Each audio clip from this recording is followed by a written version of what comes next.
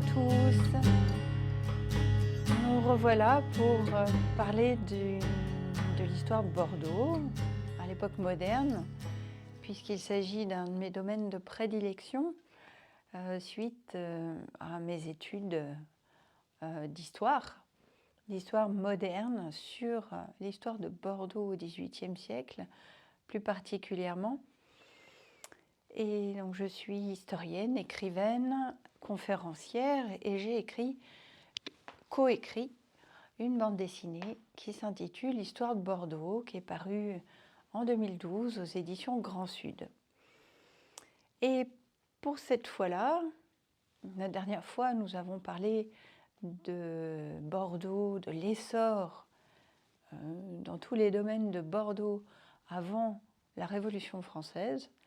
Et là, nous allons parler des heures sombres qu'a traversé cette belle ville au moment de la Révolution.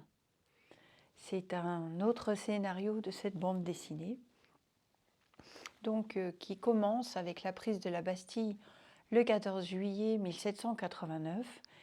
Et là, c'est un embrasement politique à l'échelle nationale, mais aussi, et Bordeaux n'y manque pas,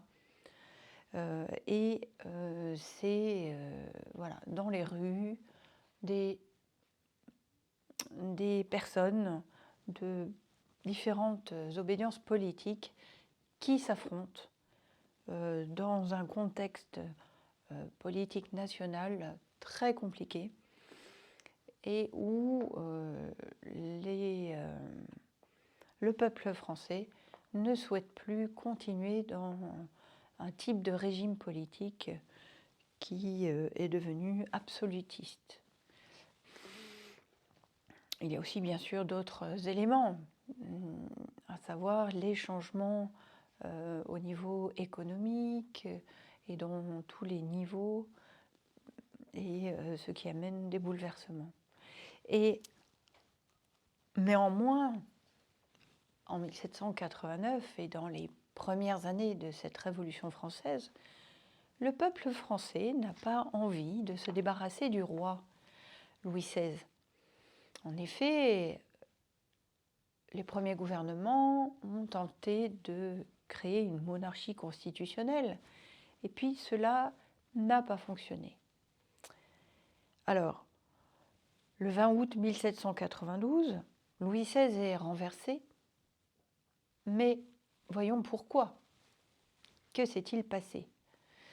Eh bien, Louis XVI, qui était en quelque sorte coincé dans son palais à Paris, se voyait dépourvu de ses pouvoirs absolus et il ne voyait pas comment s'en sortir dans ce contexte politique et il ne comprenait plus comment ces Français avaient changé et de ce fait, il a pensé à prendre la poudre d'escampette et rejoindre sa famille à l'étranger. Néanmoins, cela n'a pas fonctionné puisqu'il a été arrêté à Varennes et emprisonné avec sa femme Marie-Antoinette. C'est alors qu'à Bordeaux, un groupe politique bien connu qui s'appelait la Gironde, qui était partisan contre les ennemis de la Révolution et qui défendait âprement l'arrivée de la bourgeoisie au pouvoir, qui a œuvré à des changements notables dans le fonctionnement des institutions politiques à Bordeaux. Et la Révolution s'est durcie peu à peu après la mort du roi Louis XVI et de son épouse Marie-Antoinette. Et au milieu de l'année 1793, c'est Tallien et Isabeau, de grands noms de la terreur, qui sont envoyés à Bordeaux pour imposer ce gouvernement de la terreur.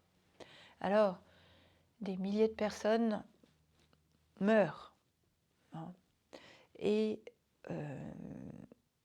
une femme particulièrement va mettre en œuvre la survie de bon nombre de nobles, mais aussi de pauvres gens. C'est Teresa Cabarrus. Alors Teresa Cabarrus est une femme, et la femme d'un marquis, mais aussi la fille d'un banquier espagnol, riche, bien évidemment. Elle est d'origine noble, et malgré tout, elle va aider les plus pauvres. Elle va aussi sauver la vie de plusieurs dizaines de nobles à Bordeaux, notamment un membre de la famille Legris de la Salle qui s'appelait Jacques Legris de la Salle. Je vous ai dit dans la première vidéo que certains négociants avaient contribué financièrement à la construction de la nouvelle ville bordelaise, notamment de l'île aux Louis, du Grand Théâtre, de la place Tourny. Et cette famille Legris de la Salle a été une de ces familles qui a contribué à ces transformations. Et pendant la Révolution, cette famille s'est retrouvée persécutée, a pris fuite et s'est réfugiée non loin d'Andernos, à Audange, dans le domaine de Certes.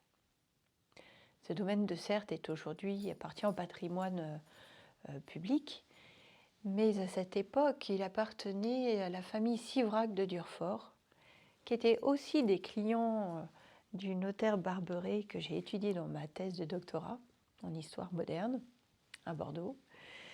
Et ils l'ont caché pendant quelque temps, et ce qui a permis de le sauver. Vous voyez ? Donc, ça, c'est un moment qui n'est pas toujours tout à fait bien connu de bon nombre de personnes, mais vous voyez comme à l'époque, il y avait des femmes des femmes courageuses, fortes, qui ont contribué à donner à Bordeaux un visage humain dans des moments extrêmement difficiles. Et cette femme a su affirmer ses idées contre notamment ce régime de la terreur qui était mené aussi, comme vous le savez, par Robespierre. Donc voilà cet épisode que je voulais vous raconter dans cette vidéo. Je vous remercie de m'avoir écouté et je peux déjà vous annoncer le sujet du prochain numéro qui portera sur le négoce au XIXe siècle. Merci pour votre écoute.